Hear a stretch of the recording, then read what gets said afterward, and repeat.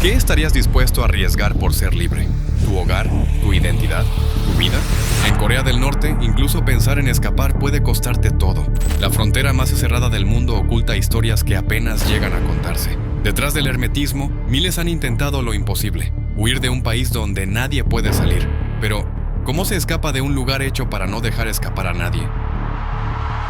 Para entender las rutas de escape de Corea del Norte, primero debemos hacernos una pregunta más profunda. ¿Por qué alguien querría huir de su propio país, arriesgando todo lo que tiene? La respuesta está en la forma en que se vive y se sobrevive bajo uno de los regímenes más cerrados, opresivos y controladores del planeta. En este país de más de 26 millones de habitantes, gobernado con puño de hierro por una dinastía familiar que lleva décadas en el poder, la vida no gira en torno a elecciones, sueños ni libertades. Gira en torno a una sola palabra: obediencia. Aquí el Estado controla desde lo que piensas hasta lo que dices. No existe internet libre, ni prensa independiente, ni mucho menos oposición política. Los libros, la música, los nombres, los viajes, todo está cuidadosamente filtrado por el aparato del poder. Es un entorno donde reina el miedo, la sospecha, la propaganda constante, donde incluso una broma mal dicha puede enviarte a un campo de reeducación, donde los vecinos se espían unos a otros y donde el silencio es a menudo el único refugio seguro. Salir del país no es una opción, ni legal ni humanamente sencilla. Las fronteras están blindadas, los ciudadanos no poseen pasaportes, y moverse dentro del propio territorio ya es un privilegio restringido. Escapar no es visto como una falta menor, es una ofensa capital. Es, ante los ojos del régimen, alta traición, y la traición se paga con la vida, o con el castigo a toda tu familia. Entonces, ¿cómo logran escapar quienes sí lo hacen? La frontera más conocida es la del sur, la que separa Corea del Norte de su hermana enemiga, Corea del Sur. Pero esa línea divisoria es cualquier cosa menos que un paso fronterizo común. Se le llama irónicamente la zona desmilitarizada, DMZ, aunque en realidad es uno de los lugares más armados del mundo. Una franja de seguridad repleta de minas antipersonales, francotiradores apostados, sensores térmicos, cercas electrificadas y muros de vigilancia que parecen sacados de una novela distópica. Cruzarla es casi un suicidio, y aún así, algunos lo intentan. Cada año hay quienes arriesgan todo. Algunos caminan en la noche por los campos minados, guiados solo por la intuición y el terror. Otros se lanzan al agua, nadando en plena oscuridad, deslizándose entre la vigilancia con la esperanza de alcanzar el otro lado. Unos pocos logran cruzar los ríos bajo la cobertura de la niebla, con el corazón en la garganta y sin mirar atrás. Pero estos casos son excepcionales. Son actos de valentía extrema, casi milagros. Y tristemente, no todos terminan en libertad. La mayoría de quienes huyen de Corea del Norte no eligen la ruta sur, sino que escapan hacia el norte, hacia China. Puede sonar contradictorio: dejar un país autoritario solo para entrar en otro que también controla, censura y vigila. Pero en comparación, China representa una grieta, una ventana mínima hacia el mundo exterior, una posibilidad, aunque lejana, de libertad. La frontera entre Corea del Norte y China está delineada por dos ríos majestuosos pero letales, el Yalu y el Tumen. En verano las aguas son rápidas y vigiladas, pero en invierno, cuando el frío extremo congela la superficie, se presenta una oportunidad fugaz y peligrosa. El hielo se convierte en un puente clandestino.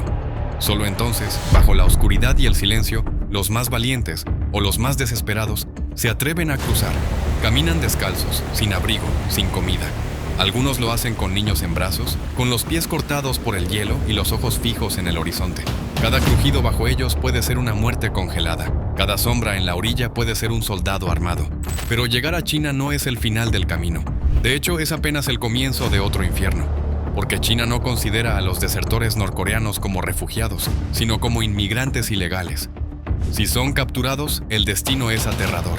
Deportación inmediata a Corea del Norte, donde les esperan interrogatorios brutales, campos de trabajo forzado, tortura o la ejecución pública. Por eso, quienes logran pisar suelo chino deben borrarse del mapa. Se sumergen en la oscuridad de las ciudades, viviendo en casas clandestinas, cambiando de lugar constantemente, escondiéndose de la policía, de los vecinos, incluso de otros migrantes. Viven sin hablar, sin mostrar su acento, sin confiar en nadie. Trabajan en condiciones infrahumanas, a menudo explotados por redes de trata o mafias locales. Son fantasmas vivos, sin identidad, sin nacionalidad, sin protección legal, solo con una cosa clara: si los encuentran, todo se acaba. Y si este viaje te está sorprendiendo tanto como a nosotros al descubrirlo, suscríbete ahora mismo. Porque en este canal cada semana abrimos puertas que muchos quieren mantener cerradas. Y el viaje no termina ahí, porque para ser realmente libres deben continuar. Deben atravesar una travesía silenciosa por el sudeste asiático, pasando por Laos, Vietnam, Tailandia, incluso Mongolia, dependiendo de la ruta y de las redes de ayuda disponibles. Cada país representa un nuevo peligro. Cada frontera cruzada es una apuesta contra el destino. Algunos pagan a traficantes, otros caminan días enteros. Cada paso es una mezcla de esperanza y terror. Solo al llegar a un país seguro, como Corea del Sur, Japón, Estados Unidos o algún lugar de Europa, pueden finalmente solicitar asilo político. Solo entonces pueden respirar, o al menos intentarlo. Porque incluso allí, la libertad no es inmediata ni total. Muchos llegan completamente solos, sin familia, sin hablar el idioma, sin entender el nuevo mundo. Cargan con años de trauma, pesadillas que no se disuelven con los papeles legales. Y en lo más profundo, algunos siguen temiendo que los vigilen, que los rastreen, que el largo brazo del régimen los alcance, incluso fuera. Y hay más. Detrás del miedo y del silencio existe una amenaza aún más oscura: las redes de trata de personas. En su desesperación por escapar, muchos desertores norcoreanos caen en manos de traficantes que se presentan como aliados, como salvadores, pero que en realidad son depredadores. Las mujeres, especialmente, son las más vulnerables. Se les promete refugio, protección, comida, una nueva vida. Pero lo que reciben es lo contrario. Muchas son vendidas como mercancía humana.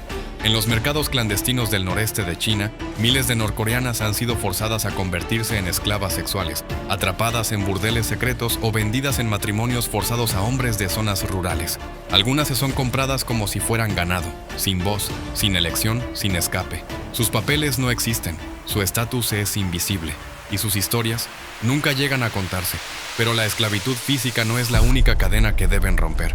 Los que intentan huir enfrentan también fronteras mentales, mucho más invisibles pero igual de implacables.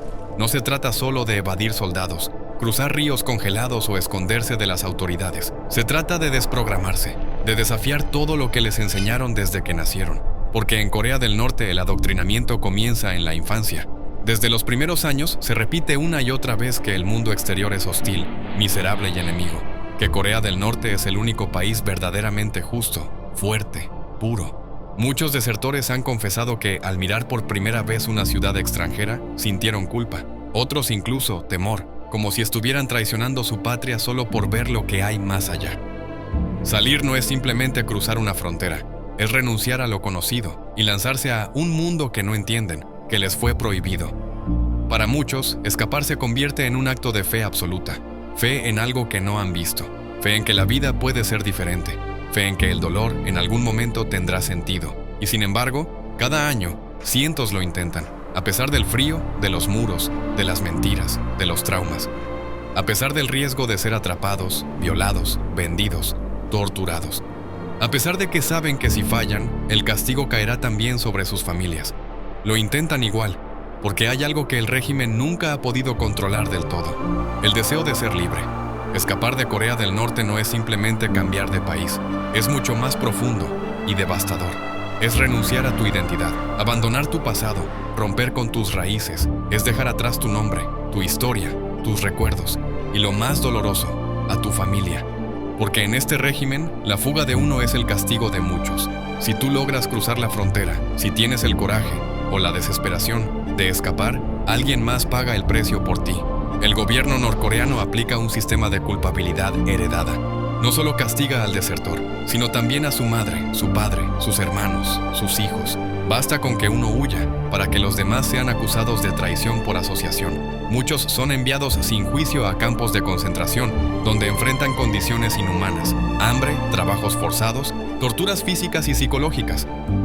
Algunos mueren allí sin que nadie vuelva a mencionar su nombre. Otros sobreviven solo para cargar con el estigma del castigo colectivo. Por eso escapar no es solo un acto de valentía, es un sacrificio desgarrador, una decisión que implica vivir con una culpa silenciosa, una herida abierta que no sana con el tiempo. Muchos desertores confiesan que nunca miraron atrás, no porque no quisieran, sino porque no podían soportar lo que dejaban. Otros, en cambio, nunca han dejado de mirar, de preguntarse qué fue de los que quedaron, de soñar con un reencuentro que tal vez nunca ocurra. Algunas historias se han hecho conocidas, como la de Yeonmi Park, quien cruzó el desierto mongol congelado siendo apenas una niña, junto a su madre, sin abrigo y sin rumbo. O la de soldados que huyeron a través de la DMZ, la frontera más peligrosa del mundo, esquivando minas y sobreviviendo a una lluvia de balas. Cada testimonio es una mezcla brutal de horror, esperanza, valentía y pérdida. Detrás de cada rostro hay cicatrices invisibles que no se curan con el exilio. Y sin embargo, no todo termina en la huida.